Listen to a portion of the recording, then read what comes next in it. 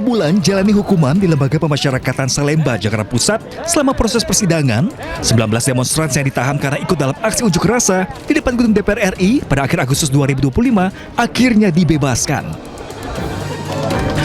Keluarga telah menunggu di depan gerbang langsung menyambut dengan haru bahagia. Beberapa tahanan juga melakukan aksi sujud syukur yang kemudian memeluk anggota keluarga mereka. Para demonstran ini sebelumnya didakwa melakukan tindak pidana kekerasan atau ancaman kekerasan terhadap aparat kepolisian saat aksi unjuk rasa pada Agustus 2025 lalu di depan gedung DPR RI. Dalam putusannya, Majelis Hakim Pengadilan Negeri Jakarta Pusat menjatuhi hukuman pidana penjara selama 10 bulan kepada masing-masing terdakwa dan langsung bisa bebas setelah dihitung masa penahanan hingga persidangan. Dari Jakarta, Rani Sanjaya, iNews melaporkan. Pemirsa, polisi membeberkan rekaman CCTV aktivitas terakhir selebgram Lula Lahfah sebelum ditemukan meninggal dunia Jumat pekan lalu. Ya, kita lihat. Polisi mengungkap sehari sebelum meninggal, dalam rekaman CCTV di apartemen di kawasan Jakarta Selatan, Lula Lahfah ini terlihat masih melakukan aktivitas seperti biasa.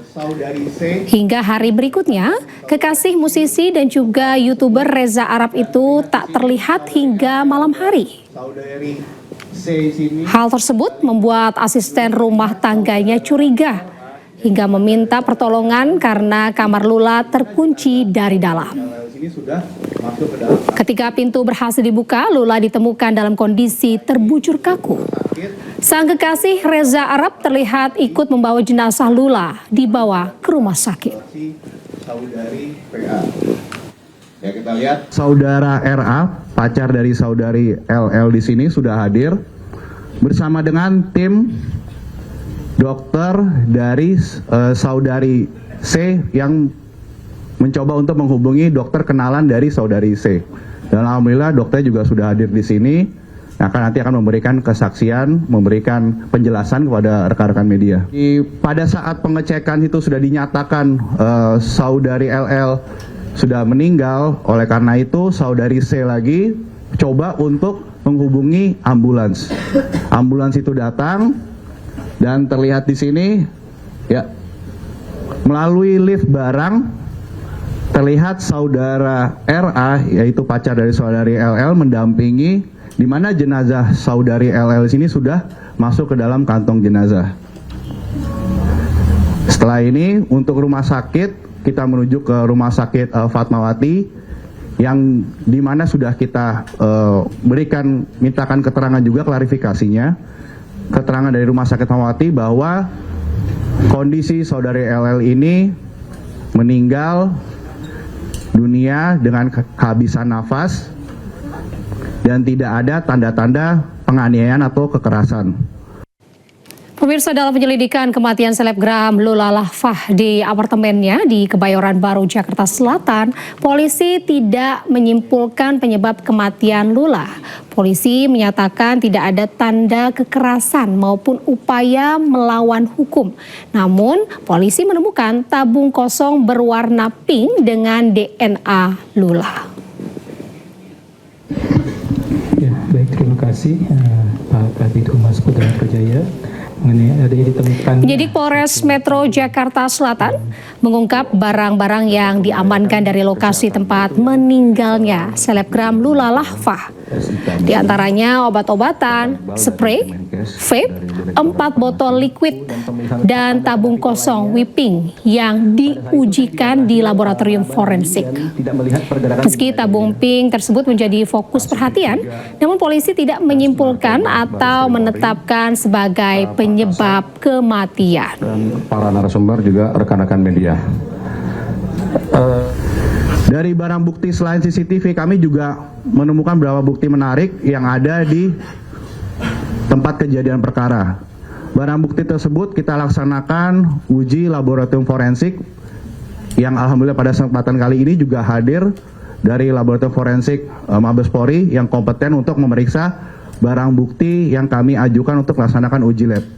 Selain uji lab di sini, kami juga terima kasih kepada keluarga terdekat dari saudari LL yang mau dilaksanakan pengecekan tes DNA karena di sini kami melihat ada barang-barang yang disentuh dibawa oleh saudari LL yang kita pastikan bahwa barang-barang itu memang milik dari saudari LL. Jadi kita mendapatkan DNA pembanding dari keluarga terdekat. Lanjut. Ya, di sini ada barang-barang bukti yang tadi kita lihat, salah satunya adalah tabung pink. Nah, tabung pink ini akan menjadi banyak polemik di masyarakat. Apa isi kandungan tabung pink itu? Nanti dari pihak laboratorium forensik yang akan menjelaskan lebih lanjut apa isi kandungan dari tabung pink. Untuk tabung berwarna pink, waktu kami pemeriksaan keadaan kosong. Tapi dari penyidik dengan dikasih dengan merek yang sama dari produksi yang sama, kami periksa tabung gas tersebut untuk sebagai pembanding ada mengandung nitro oxide N2 ini tabungannya. Pemirsa, Kasubdit Narkoba menyebut penggunaan nitrogen oksida atau gas tertawa untuk hiburan termasuk penyalahgunaan obat. Barreskrim Polri ini melalui Direktorat Tindak Pidana Narkoba terus berkoordinasi dengan Kemenkes dan juga BPOM guna menyusun penindakan hukum terhadap produksi, peredaran dan juga penyalahgunaan nitrogen oksida. Penggunaan gas N2O dalam tabung whipping sering disalahpahami seperti aman karena digunakan di dunia medis, tidak menyebabkan ketergantungan, atau efeknya singkat sehingga tidak berbahaya. Pemahaman tersebut keliru dan berisiko tinggi dikarenakan penggunaan gas NO2 dapat menimbulkan risiko terhadap tubuh seperti hipoksia, kemudian ropati, kemudian frostbite, kemudian defisiensi vitamin B12 dan lain-lain.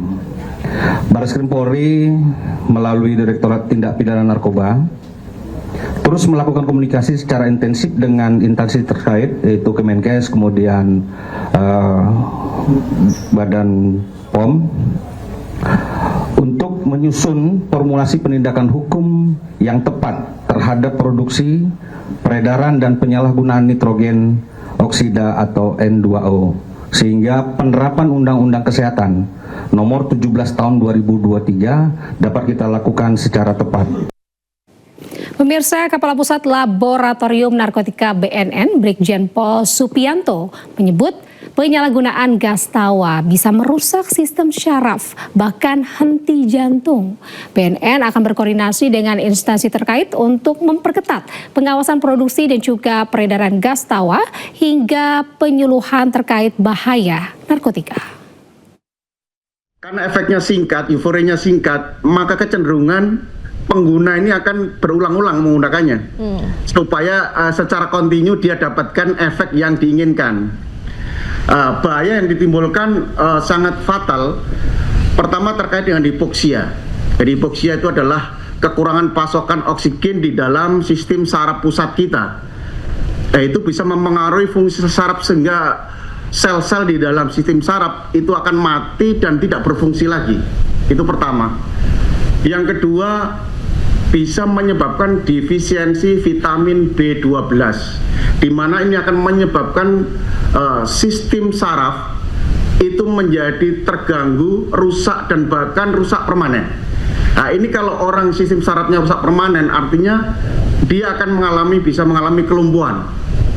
Kemudian yang ketiga adalah terkait dengan masalah kardiovaskuler atau jantung, di mana orang yang mengkonsumsi nitrous oxide atau gas tawa ini, dia akan mengalami detak atau irama jantung itu tidak beraturan. Nah, ini akan pertama parah manakala memang jantung seseorang itu sudah bermasalah. Nah, ini akan bisa henti jantung, jadi mati mendadak. Itu resiko yang paling besar. Baik. Setidaknya ada dua hal yang bisa kita lakukan. Yang pertama adalah memperkuat pengawasan. Jadi kami bersinergi dengan Badan POM, dengan Polri, dengan Kemenkes untuk meningkatkan pengawasan terkait dengan produksi dan peredaran. Jangan sampai ini digunakan memang tidak pada peruntukannya. Itu yang pertama. Kemudian yang kedua, kita melakukan edukasi. Jadi di dalam setiap kesempatan kami memberikan penyuluhan terkait anti narkotika, baik pada pelajar, mahasiswa maupun masyarakat umum, maka kami juga menyampaikan zat-zat lain yang memang menimbulkan bahaya termasuk yang kita sebut dengan whipping ini atau nitrous oxide ini atau gas tawa yang dampaknya